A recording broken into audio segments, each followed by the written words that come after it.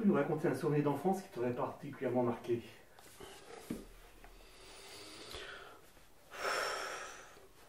Il y en a plein. Il y en a plein des souvenirs d'enfance qui m'ont marqué.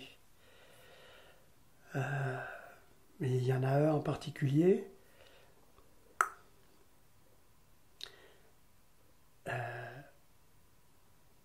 Quand j'étais enfant, j'avais un copain dans le village. On était toujours ensemble. À tel point que quand nos parents nous cherchaient, on disait toujours, si on trouve l'un, on trouve l'autre. Il s'appelle Jean-Jacques. Je l'ai retrouvé, on s'est quitté à 12 ans, on s'est retrouvé à 50 ans, à 60 ans. C'est-à-dire. Et le souvenir que j'ai, c'est que un jour, on est partis tous les deux dans la montagne.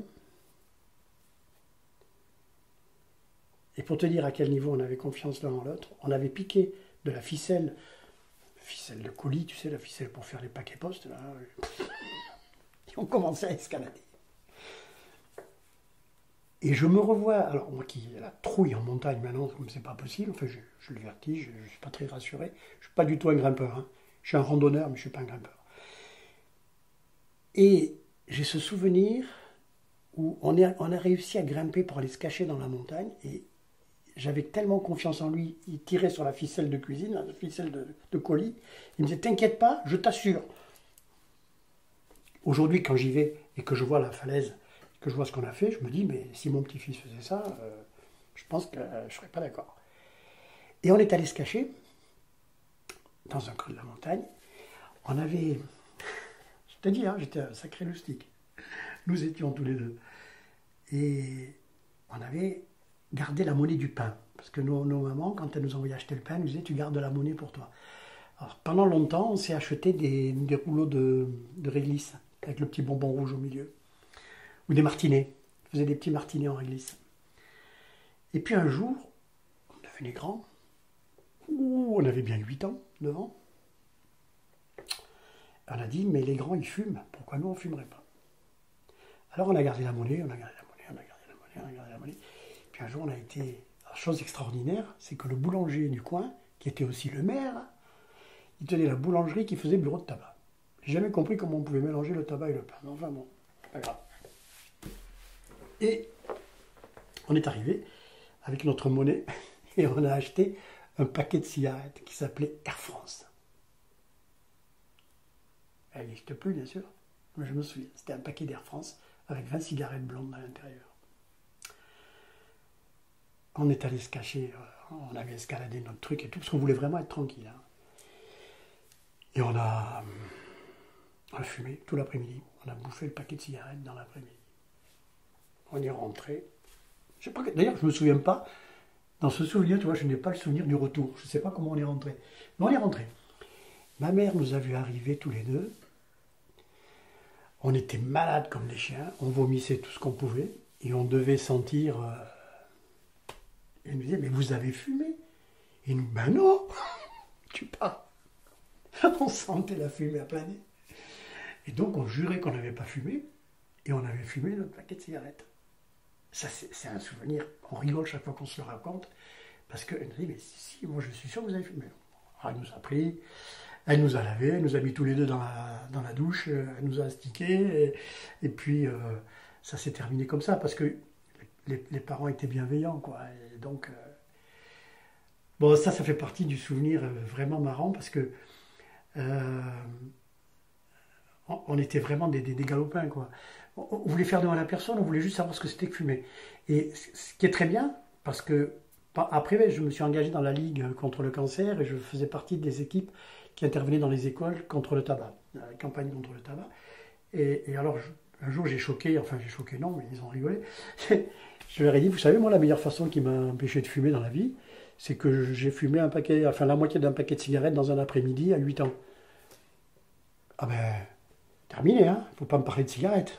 C'est fini, c'est terminé. On avait fait notre expérience. Et le deuxième souvenir, parce que j'en ai deux, excuse-moi, mais avec Jean-Jacques, on se retrouvait régulièrement, on était enfants de cœur tous les deux. Donc on était bien placé pour les enterrements, pour savoir qui était mort, quand avait lieu l'enterrement, et combien il y avait de gerbes de fleurs pour cette espèce de vieux bourgeois qu'on était en train d'enterrer. Parce qu'on les aimait pas, les vieux. Ils étaient riches, ils avaient des gros caveaux en marbre et tout. Et lui, il habitait en face du cimetière en plus. Et donc après l'enterrement, le soir même, on allait dans le cimetière. Alors, si c'était vraiment quelqu'un de riche et qu'il y avait beaucoup de fleurs, hein, on allait piquer les fleurs sur les tombes fraîches là. Et on allait les apporter au fond du cimetière, derrière la chapelle. Il y avait le carré des petits-enfants, des bébés. Et souvent, quand un bébé est décédé, enterré là, on savait que les parents avaient quitté la région, étaient partis, ne voulaient plus. Enfin bon, on essaye d'oublier, je pense. Et ces tombes, elles étaient abandonnées un peu. Et c'était des bébés. Et pour nous, ne pas mettre des fleurs à des bébés, c'était le premier des sacrilèges.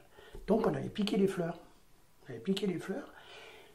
Et on allait les mettre chez les bébés. Jusqu'au jour où on s'est fait pincer par le garde champêtre, qui a alerté la gendarmerie, qui était à 4 km en dessous, même pas 2 km en dessous.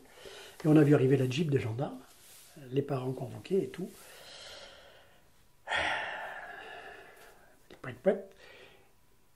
Et là aussi, tu vois, quand je te dis que tout le monde a quelque chose au fond de lui, le gendarme, devant nos parents, il nous a passé une avoinée, mais alors bien comme il faut. Et puis il a dit à nos deux pères, à mon père et au père de Jean-Jacques, bon, sortez, de toute façon, on va les mettre en cellule un moment, ça leur apprendra. Alors on s'est liquéfié. Une fois que les deux pères étaient sortis, ils ne bougeaient pas. Bon, pourquoi vous avez fait ça? Alors, il explique. Il explique pourquoi les tombes des bébés n'ont pas de fleurs. Ouais, mais c'est pas bien. C'est pas bien du tout. Mais je comprends. Je comprends. Il fallait le faire. Allez, foutez-moi le camp et que je ne vous revoie plus. Et le gendarme, il nous a ouvert la porte et on est parti. Quand tu as 8 ans, 9 ans, que tu as un bonhomme comme ça en face de toi qui représente la loi, qui a son képi, qui a son machin, et qui te dit, mais il ne faut pas le faire. Mais je comprends.